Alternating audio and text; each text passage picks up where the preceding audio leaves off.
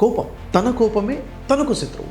Yes, నేను మీ మీద కోప్పడితే మీకేంటి నష్టం? కోపం చేసే వ్యక్తి, కోపపడే వ్యక్తి యొక్క ఆరోగ్యం పోతుంది, ఆ వ్యక్తి యొక్క మనశ్శాంతి దూరం అయిపోతుంది, ఆ వ్యక్తి యొక్క లోపల హార్మోన్ ఇంబ్యాలెన్స్ అయిపోతుంది, ఆ వ్యక్తి విచక్షణ కోల్పోతాడు.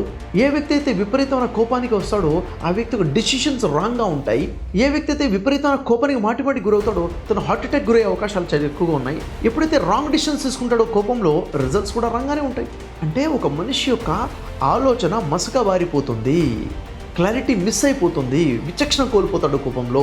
సో మీ లోపల కనుక కోపం అనేది ఉంటే చూడండి, కోపం ఎప్పుడు వస్తుంది? మనకి ఇష్టం లేనిది ఏదైనా జరిగినప్పుడు వస్తుంది.